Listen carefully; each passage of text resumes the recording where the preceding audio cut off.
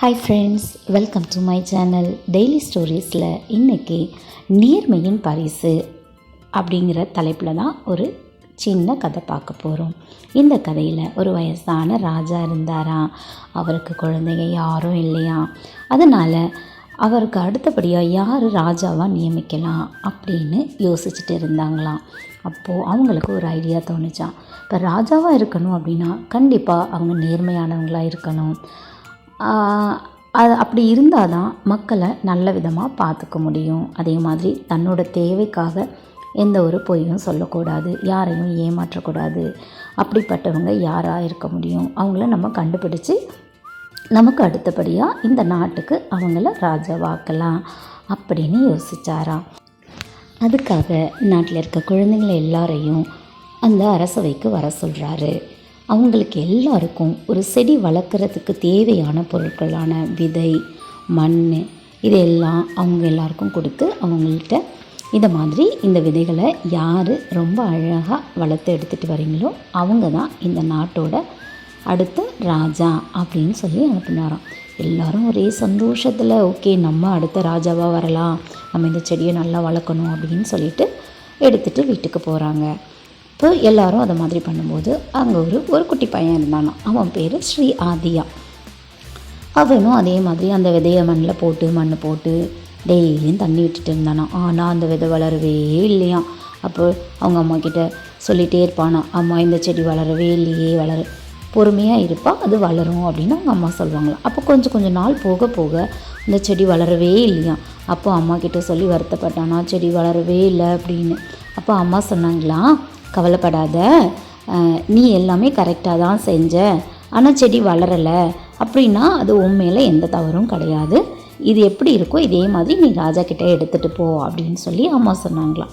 அதே மாதிரி கொஞ்ச நாள் கழித்து ராஜா எல்லாரையும் அந்த செடி இருக்குது இல்லையா அந்த பாட்டோட அரசவைக்கு கொண்டு வர சொன்னாங்களாம். அப்போ எல்லாரும் அரசவைக்கு கொண்டு போகிறாங்களாம். அங்கே போனால் எல்லாரோட செடியும் நல்லா அழகாக வளர்ந்துருக்கு. ஆனால் இந்த குட்டி பையன் ஸ்ரீஆதியோட செடி வளரவே இல்லையாம்.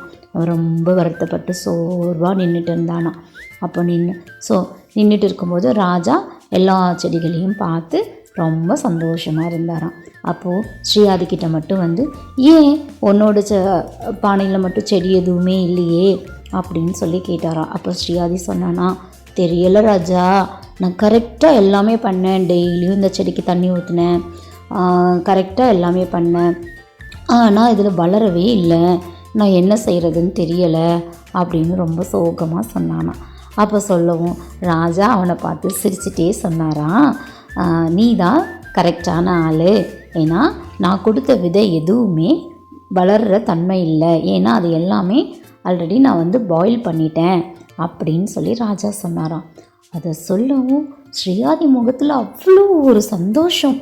அப்போ மற்றவங்கெல்லாம் எப்படி அந்த செடியெல்லாம் வளர்த்து எடுத்துகிட்டு வந்தாங்க அப்படின்னா, அவங்கெல்லாம் ஐயோ ராஜா சொல்லிட்டாரே, நம்ம செடி வளரலைன்னா ராஜா நம்மளை தப்பாக நினச்சிப்பாரு அப்படின்னு சொல்லி வேறு விதையை போட்டு அது செடியாக வளர வச்சு அதை எல்லாரும் கொண்டு வந்தாங்களாம்.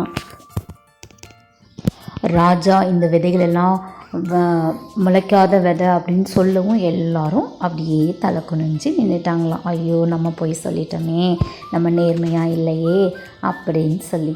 ஆனால் ஸ்ரீஆதி மட்டும் ரொம்ப சந்தோஷமாக இருந்தானா. அப்போ ராஜா சொன்னாரா, இந்த நாட்டோட அடுத்த ராஜா ஸ்ரீஆதி தான் அப்படின்னு சொல்லி சொன்னாராம். அது கேட்டதும் ஸ்ரீஆதி சந்தோஷத்தோட எல்லைக்கே போயிட்டானா. அவனுக்கு அவ்வளோ ஒரு ஹாப்பி, நம்ம தான் இந்த நாட்டோட அடுத்த ராஜா அப்படிங்கும் பொழுது பாருங்கள், நேர்மையாக இருந்ததுனால எவ்வளவு பெரிய பரிசு கிடச்சிருக்கு. இது மாதிரி நம்மளும் நேர்மையாக இருந்தோன்னா கண்டிப்பாக அதுக்கான பரிசு நமக்கும் கிடைக்கும்.